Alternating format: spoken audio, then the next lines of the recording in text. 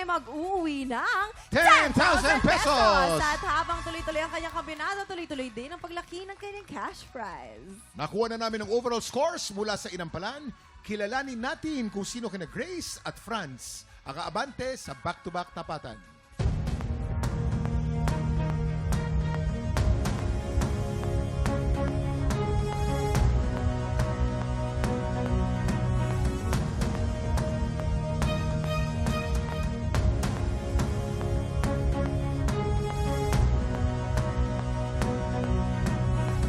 Franz, 8 stars. Congratulations!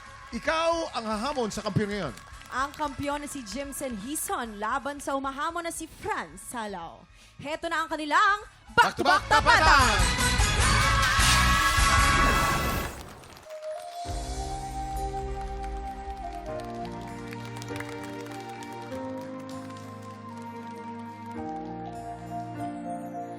Every night in my dreams, I see you, I feel you. Oh, sana.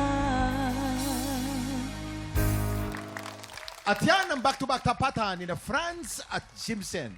Ano kayang masasabi ng ating inampalan? Kuya Kim, Faith, lagi naming sinasabi ito sa ating mga contestants na kahit ano pang mangyari, kapag meron kang gagawin the next day, kailangan handa. Kagaya nung previous natin na Kuya Kim, Boy Scout, laging handa. Kailangan kabisado mo ang pyesa mo. Kailangan ang pag-perform mo buong puso.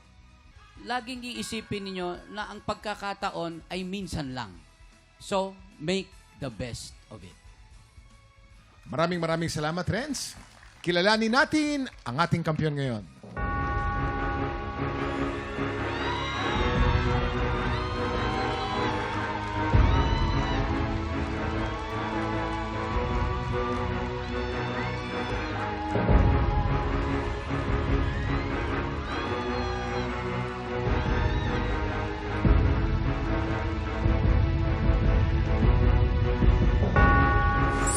Jimson, 9 stars. Congratulations. Ikaw pa rin ang kampiyon ngayon. Congratulations sa iyo, Jimson! Congratulations! Dahil dyan, meron ka ng 20,000 pesos! Yes! Congrats, brother! Congratulations, Jimsen! Abangan natin kung magtutuloy-tuloy ang pagkapanalo ng kampiyon na si Jimsen. At ang mas malaking tanong! Ano?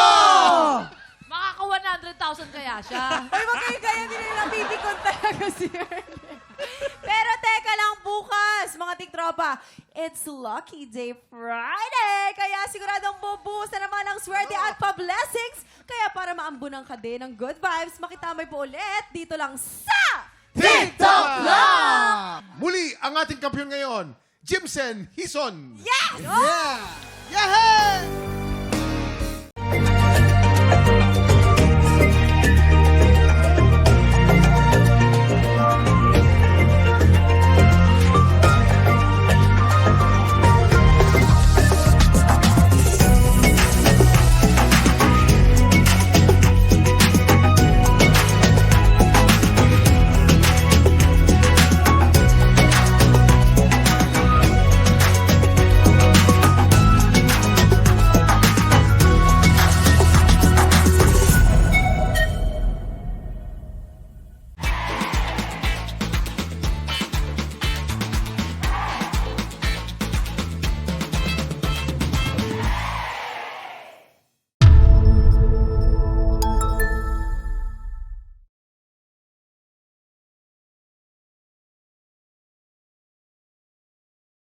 Tiktropa, pinanood mo hanggang sa dulo itong video na to? Very good ka! For more happy time, watch more TikTok Lock videos on our official social media pages and subscribe to GMA Network official YouTube channel.